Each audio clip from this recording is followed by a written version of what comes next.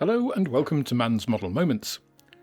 Today I've got something a little bit different for you, delving into the popular Star Wars The Mandalorian franchise with this offering from Revell, the 1/24 scale N-1 Starfighter. This was a new tool at the end of 2023, and as you can see it comes in a very large and colourful box, featuring some photos of the finished model, all the paint references and other information on the rear. Unfortunately, Revell have still not progressed away from the awful end-opening box, but at least the oversized box is relatively sturdy and actually approaching something like being full. Dumping everything out, we can see the large instruction booklet that we'll come to shortly, on top of a large pile of bagged sprues. The first bag contains the two largest sprue frames with the main hull components. The next has at least 3 smaller sprues, whilst the last bag of normal plastic has a further 2 paired frames. The last bag has all the transparent pieces, including the large model stand. The instruction booklet is a glossy A4 affair, printed in full colour, akin to other large modern Revell kits such as the 1/32nd scale Spitfire. Inside the front cover are a host of modelling pictograms, followed by their explanations on the next couple of sides. After those are the paint guides, all of these being laid out in multilingual format. The next couple of sides give us the frame layouts and part references before we start with the building instructions themselves. These are large and clear, with use of colour throughout.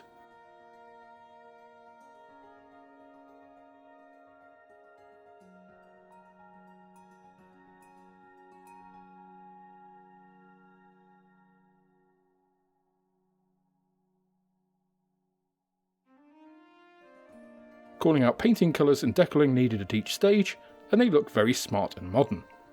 And the book stands up very well against other kits. In fact, if anything, it feels a bit overproduced, though given its target market, it's probably expected. They end with a full paint guide of the completed model,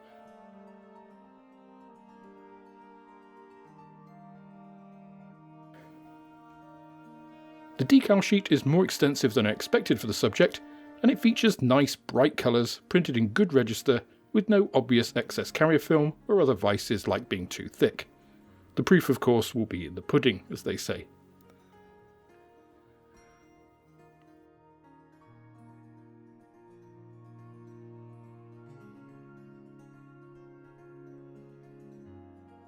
Our first frame is that carrying the upper hull, which is a large single-piece moulding with some fine surface finish and complex curves.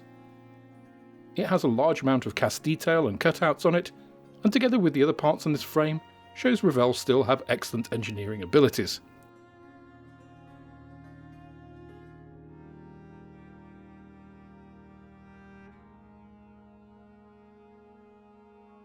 Its partner is the second frame, also displaying a very carefully formed complex curved lower hull, but also displaying one of the stupidest things I've seen in a modern tooling to date. You see, cast in raised plastic on the surface of the hull is the Revell symbol and copyright. What on earth were they thinking?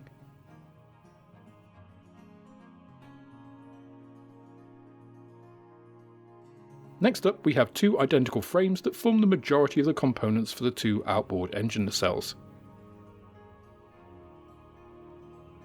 These feature the same complex moulded detail as the other frames.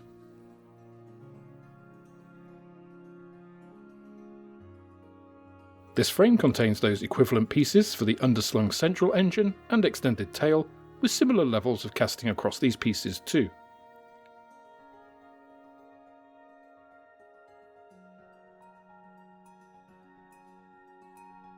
We then have the frame for the Mandalorian himself, split along a frontal plane and with separate arms.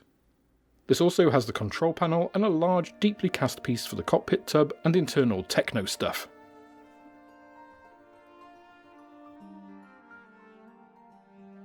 The last 2 small frames here give us some choices. Firstly, we have a Grogu to sit in Mando's lap, with an astromech droid to put in the rear position.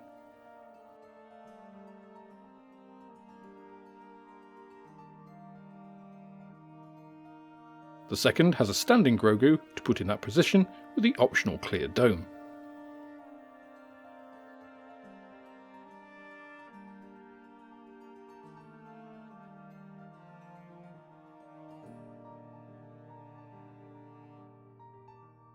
We can see the casting and detail on these pieces more clearly here, and though the casting is sharp, I have to say Grogu's sculpting is a bit weak, lacking the precision or definition of the astromech droid next to it. It just feels a bit blobby.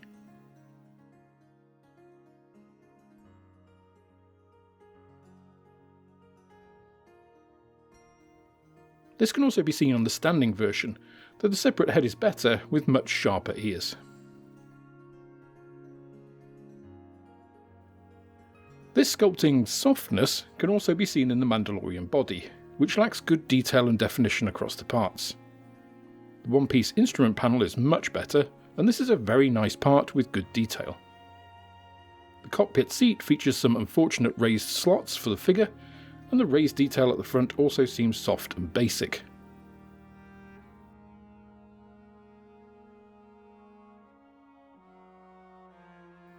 Looking at the engine detail, the raised detail is okay without being dazzling. The casting is nice, but once again it's the sculpting at the root of this. I also wonder about the decision to split the parts longitudinally, forcing a cleanup across that detail. Other parts here show good casting and nice reproductions of complex curved surfaces, but the pieces designed to go behind the hull cutouts are very basic. The Mandalorian's helmeted head is also here, which is very well recreated and nicely cast. The side engine frames show the same level of casting quality, with good detail included on both the internal and external pieces. The included cannons are nicely reproduced too. The fans in the engines are a single flat piece with deeply recessed detail, showing clever casting but also a shunt to ease of assembly over finesse. This is further demonstrated here with these basic pieces, but then opposed to that you have this beautifully formed, long, trailing part at the engine rear. I think this theme can be seen throughout the kit in fact, with those side pod and wing structures being one piece, but nicely cast with engraved panel lines. The same for these parts where casting is good, but things like the engine exhaust seem overly simplified, especially in this scale.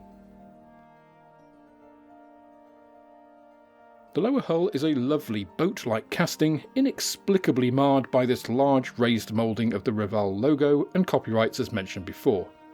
Honestly, this is one of the dumbest things I've seen on any tooling, let alone a modern one. Now, maybe Revell were obligated to put some copywriting on by Disney, but the worst and most difficult part of this to correct will actually be the Revell logo, so I don't really buy that excuse. Moving to the upper hull frame, and now we are seeing some of Revell's better parts of this kit. The upper nacelles are superbly cast in one piece, with some lovely detail in them.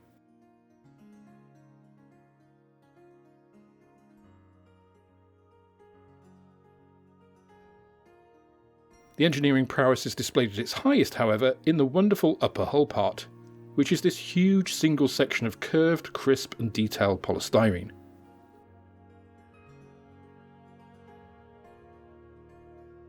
The surface is smooth and is a great choice being as this ship has an all-metal finish.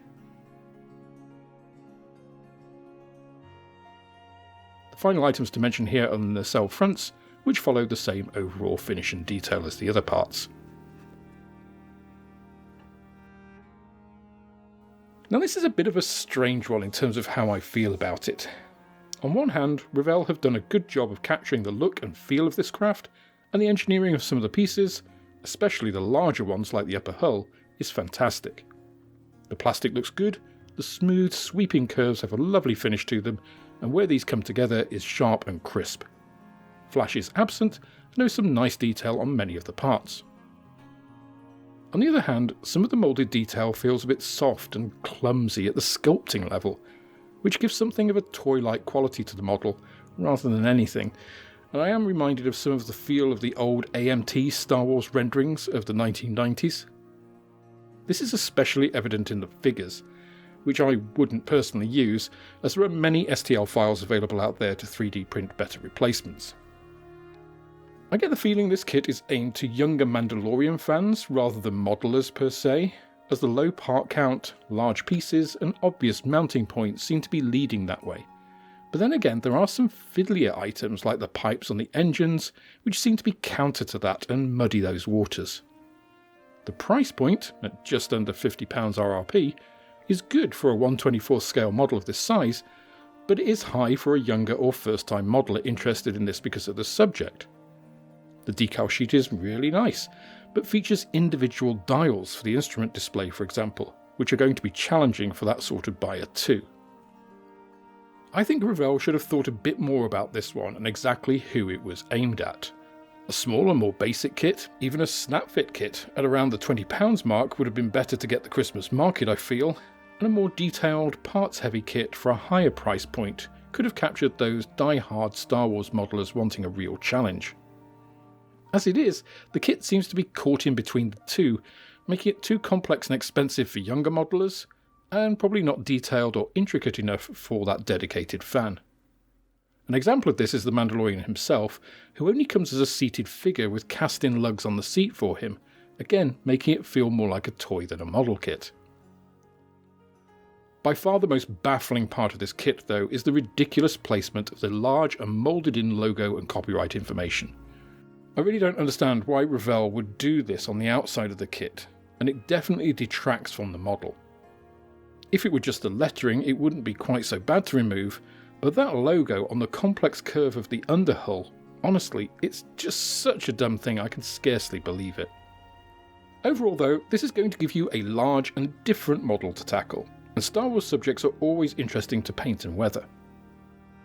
This is available now for quite a lot lower than the RRP too, so if you do fancy something a little more unusual or fancy practicing your natural metal finishes without having to do too much work, this could be a good purchase.